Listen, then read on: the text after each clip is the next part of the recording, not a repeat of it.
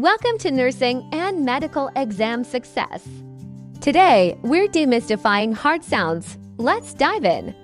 First, S1. This is the loop sound caused by the closing of the mitral and tricuspid valves at the start of systole.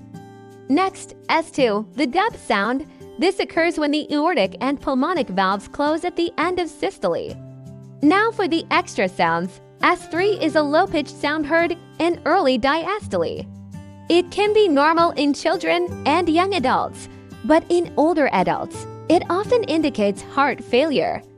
It sounds like lub-dub-ta. Finally, S4. This is a sound heard just before S1, in late diastole. It is caused by the atria contracting against a stiff ventricle and can be a sign of conditions like hypertension.